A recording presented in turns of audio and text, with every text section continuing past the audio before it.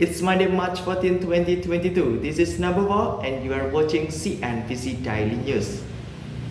The pandemic could leave Indonesia's 69 million students further behind their global peers. Indonesian students, already lagging their global peers in some areas, could lose the opportunity to catch up as their access to education is hit by prolonged school closures due to the coronavirus pandemic, a study found. Most schools in Indonesia have remained shut since March as authorities struggle to contain the fast-spreading virus.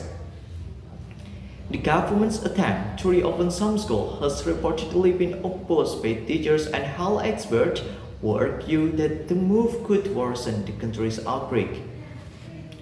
Indonesia, the world's fourth most populous country, has reported more than 157,800 of coronavirus disease or COVID-19, the second highest cumulative infection in Southeast Asia, according to the data compiled by Johns Hopkins University.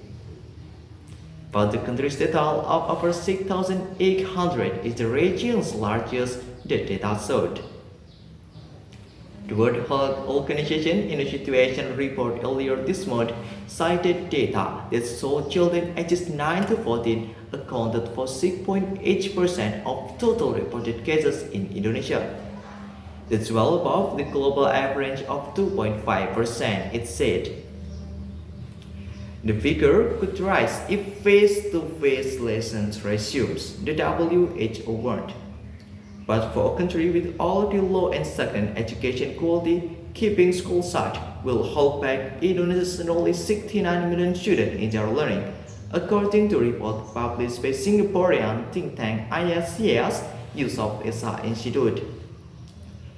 Prior to the school closures, Indonesia's education quality could already be characterized as low and stagnant, read the report released last week.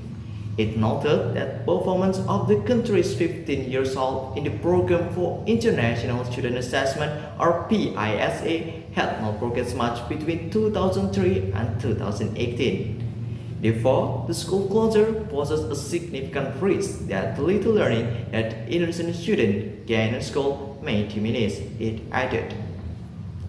PISA is a global study by the Organization for Economic Cooperation and Development conducted every 3 years. The study compares the performance of 15 years old around the world in areas such as reading, mathematics, and science, with the result commonly used by policymakers to design education policies.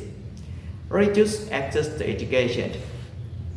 The report by ISCS Yusof Issa Institute analyzed the result from 10 surveys conducted between April and June this year to understand how learning among Indonesian students is affected by the closure of schools.